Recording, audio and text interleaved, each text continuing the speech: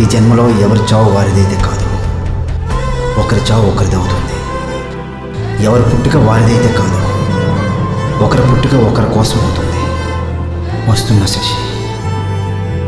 పగలంటూ లేకుంటే రేయంటూ రాదే, నువ్వంటూ లేకుంటే నేనంటూ లేనే, వెలుగంటూ రాకుంటే చీకటి విలువేదే, నీ తోడు లేకుంటే నా జన్మే లేదే.